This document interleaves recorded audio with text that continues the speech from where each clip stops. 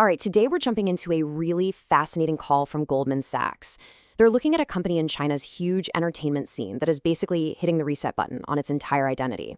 Yeah, they're making a massive bet, pivoting away from the silver screen. So, here it is. On August 12th, Goldman dropped this note, kicking off their coverage of Damai Entertainment with a straight-up buy reading. Now, whenever a heavy hitter like Goldman comes out this strong on their very first report on a company, you know Wall Street sits up and pays attention. And so do we. So why the big buy right out of the gate? Well, Goldman isn't just being optimistic. They're putting a number on it. They see a potential 17.9% upside. The real question is, what are they seeing that the rest of the market might be missing? What's got them so bullish? Okay, let's dive in and unpack this. The entire argument from Goldman, really the whole story here, boils down to one central idea, a massive strategic pivot. And we're not talking about some minor tweak here. No, this is a fundamental reinvention of the company's entire mission. So you can see the change right here. The company used to be Alley Pictures, and their world was the movie business, which, is a total roller coaster. It's a high-risk, hit-or-miss game. But the future, as Damai Entertainment, is all about building on two much more stable, high-growth pillars: live events and, this is a cool one, intellectual property merchandising. And this didn't just happen overnight. This was a very deliberate, multi-year strategy. You can see it started way back, but the really big moves were recent. In 2023, the live ticketing business got folded in, and then in 2025, that name change to Damai Entertainment just made it official. This was a calculated evolution for sure. And here's the proof of that pivot. Just look at what this company is going to look like in a few years.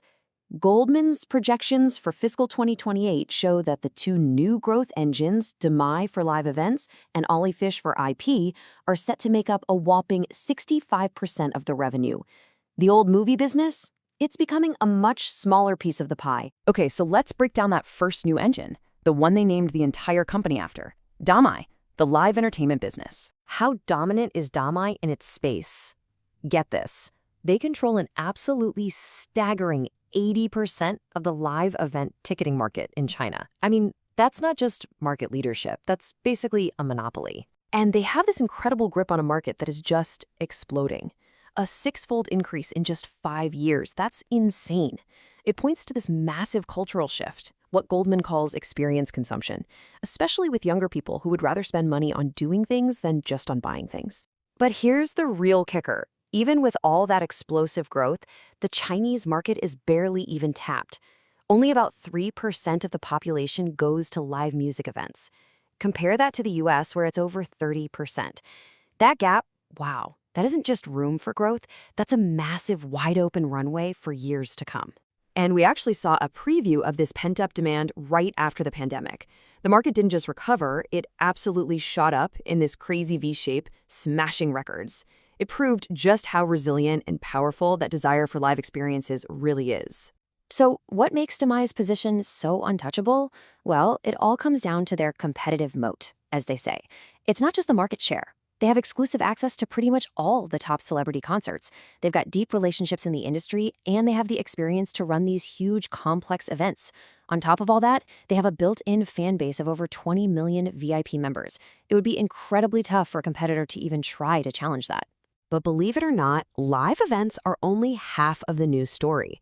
Let's talk about the second growth engine, Ollie5ish, which is just as exciting. So what is Ollie5ish? Okay, think of them as the ultimate matchmaker for brands in China.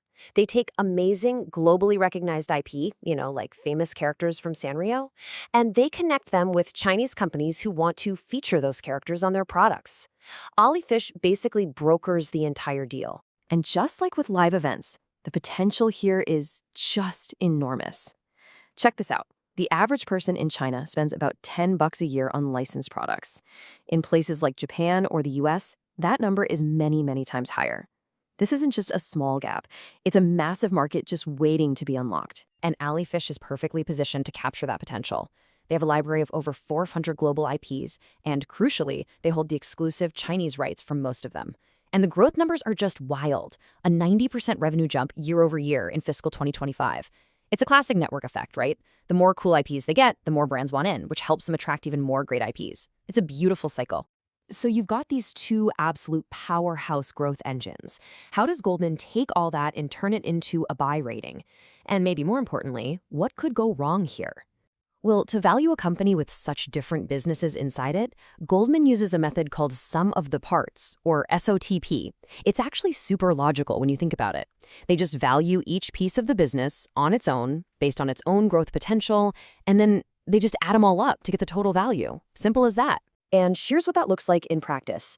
The high-growth, market-dominating Damai business, that gets a premium PE multiple of 23. The super fast-growing Alifish, a strong 20. But the old legacy movie business, it gets a much, much lower multiple of just 8. That reflects its slower growth and all that volatility we talked about. So, when you boil it all down, the entire investment thesis comes down to this one simple bet, that the growth and the value from Damai and Alifish will be so powerful that they will completely overshadow the struggles of the old movie business.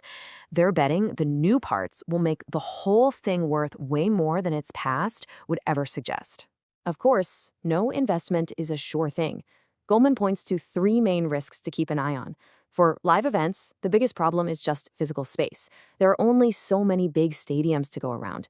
For Alifish, those IP contracts usually last about 5 years, so making sure they get renewed is absolutely key. And finally, there's always the risk the old movie business could lose more money than expected while it's being wound down. And all of this really brings us to a final, much bigger question, doesn't it? I mean, this whole company's transformation is a bet on concerts, on fan merchandise, on tangible, real-world moments. So it kind of makes you wonder, as more and more of our lives go digital, is the ultimate luxury, the thing we're all going to value the most, becoming a real-life, shared experience? Something to think about.